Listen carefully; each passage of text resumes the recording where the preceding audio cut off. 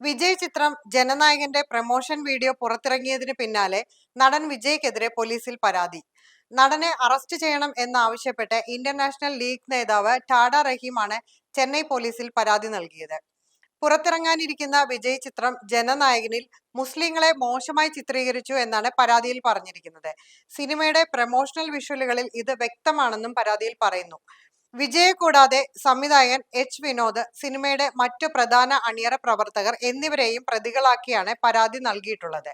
മുസ്ലിം സമുദായത്തിൽപ്പെട്ട വ്യക്തികൾ ബോംബ് സ്ഥാപിക്കുന്ന രീതിയിലുള്ള ഉള്ളടക്കം സിനിമയിലുണ്ട് എന്നാണ് പരാതിയിൽ ചൂണ്ടിക്കാട്ടുന്നത്. വിജയുടെ മുൻ സിനിമകളായ തുപ്പാക്കി, ബീസ്റ്റ് എന്നിവയിലും മുസ്ലിങ്ങളെ തീവ്രവാദികളാക്കി ചിത്രീകരിക്കുന്നുണ്ടെന്നും പരാതിയിലുണ്ട്. തിരഞ്ഞെടുപ്പ് കാലത്ത് വർഗീയ വിദ്വേഷം പരത്തുന്ന ഇത്തരം സിനിമകൾ പ്രോത്സാഹിപ്പിക്കാൻ പാടില്ലെന്നും പരാതിക്കാരൻ പറഞ്ഞു. വിജയ്, വിനോദ്, KVN പ്രൊഡക്ഷൻസ് എന്നിവർക്കെതിരെയാണ് പരാതിക്കാരൻ നടപടി ആവശ്യപ്പെട്ടിരിക്കുന്നത്. ഒരു വിഭാഗത്തെ മോശക്കാരാക്കി ചിത്രീകരിക്കുന്ന തരത്തിൽ കൂടുതൽ രംഗങ്ങൾ സിനിമയിൽ ഉണ്ടോ എന്ന് പരിശോധിക്കണമെന്നും പരാതിയിൽ പറയുന്നു. പരാതി ലഭിച്ച കാര്യം ചെന്നൈ പോലീസ് കമ്മീഷണറുടെ ഓഫീസ് സ്ഥിരീകരിക്കുന്നുണ്ട്. വിശദമായ പരിശോധനകൾക്ക് ശേഷം മാത്രമേ നടപടി സ്വീകരിക്കൂ എന്നും പോലീസ് അറിയിച്ചു. അതേസമയം വിജയ്ക്കെതിരെ കുറച്ചു ദിവസം മുൻപ് മറ്റൊരു പരാതി കൂടി ലഭിച്ചിരുന്നു. പെരുവള്ളൂർ പോലീസിലാണ് പരാതി കിട്ടിയിരിക്കുന്നത്. കൊളത്തൂരിൽ പ്രചരണം നടത്തുമ്പോൾ ചട്ടം ലംഘിച്ചു എന്ന് ചൂണ്ടിക്കാട്ടിയായിരുന്നു ഈ പരാതി.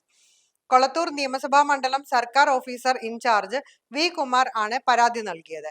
വിജയ്ക്കും അനുയായികൾക്കുമെതിരെ നടപടി വേണമെന്നാണ് പരാതിയിലെ ഉള്ളടക്കം. പ്രചരണത്തിനായി റോഡിൽ 30 ലൗഡ് സ്പീക്കറുകൾ സ്ഥാപിച്ചു എന്ന് കാട്ടിയാണ് V. കുമാർ പരാതി നൽകിയത്.